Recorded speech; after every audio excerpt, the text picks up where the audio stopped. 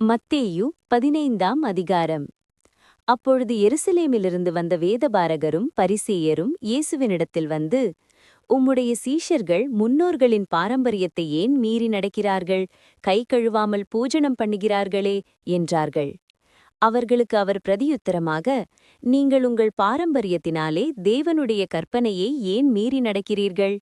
உன் தகப்பனையும் உன் தாயையும் கனம் பண்ணுவாயாக என்றும், தகப்பனையாவது தாயையாவது நிந்திக்கிறவன் கொல்லப்பட வேண்டும் என்றும் தேவன் கற்பித்திருக்கிறாரே.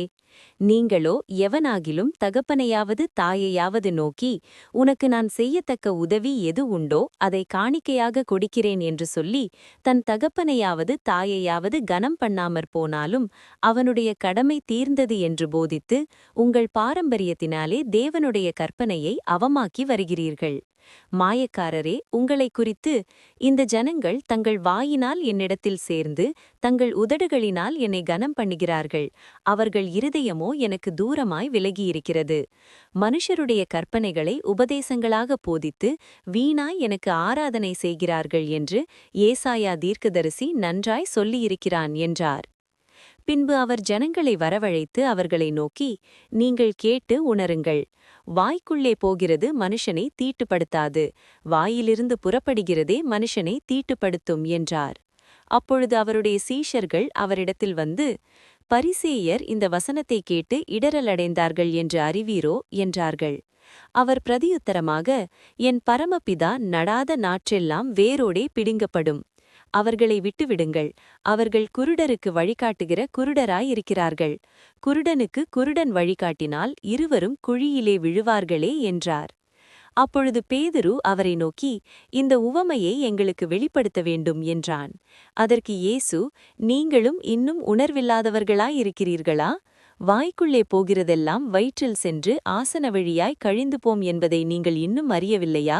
வாயிலிருந்து புறப்படுகிறவைகள் இருதயத்திலிருந்து புறப்பட்டு வரும், அவைகளே மனுஷனை தீட்டுப்படுத்தும். எப்படியெனில், இருதயத்திலிருந்து பொல்லாத சிந்தனைகளும் கொலைபாதகங்களும் விபச்சாரங்களும் வேசித்தனங்களும் களவுகளும் பொய்ச்சாட்சிகளும் தூஷணங்களும் புறப்பட்டு வரும். இவைகளே மனுஷனை தீட்டுப்படுத்தும். கை கழுவாமல் சாப்பிடுவது மனுஷனை தீட்டுப்படுத்தாது என்றார். பின்பு இயேசு அவ்விடம் விட்டு புறப்பட்டு தீரு சீதோன் பட்டணங்களின் திசைகளுக்கு போனார். அப்பொழுது அந்த திசைகளில் குடியிருக்கிற கானானிய ஸ்திரீ ஒருத்தி அவரிடத்தில் வந்து, ஆண்டவரே, தாவீதின் குமாரனே, எனக்கு இரங்கும், என் மகள் பிசாசினால் கொடிய வேதனை படுகிறாள் என்று சொல்லி கூப்பிட்டாள். அவளுக்கு பிரதியுத்தரமாக அவர் ஒரு வார்த்தையும் சொல்லவில்லை. அப்பொழுது அவருடைய சீஷர்கள் வந்து, இவள் நம்மை பின்தொடர்ந்து கூப்பிடுகிறாளே, இவளை அனுப்பிவிடும் என்று அவரை வேண்டிக் கொண்டார்கள். அதற்கு அவர், காணாமல் போன ஆடுகளாகிய இஸ்ரவேல் வீட்டாரிடத்திற்கு அனுப்பப்பட்டேனேயன்றி மற்றபடி அல்ல என்றார். அவள் வந்து, ஆண்டவரே, எனக்கு உதவி செய்யும் என்று அவரை பணிந்து கொண்டாள். அவர் அவளை நோக்கி, பிள்ளைகளின் அப்பத்தை எடுத்து நாய்க்குட்டிகளுக்கு போடுவது நல்லதல்ல என்றார். அதற்கு அவள், மெய்தான் ஆண்டவரே, ஆகிலும் நாய்க்குட்டிகள் தங்கள் எஜமான்களின் மேஜையிலிருந்து விழுகிற துணிக்கைகளை தின்னுமே என்றாள். இயேசு அவளுக்கு பிரதியுத்தரமாக, ஸ்திரீயே, உன் விசுவாசம் பெரிது, நீ விரும்புகிறபடி உனக்கு ஆகக்கடவது என்றார். அந்நேரமே அவள் மகள் ஆரோக்கியமானாள். இயேசு அவ்விடம் விட்டு புறப்பட்டு கலிலேயா கடலருகே வந்தார். ஒரு மலையின் மேல் ஏறி அங்கே உட்கார்ந்தார்.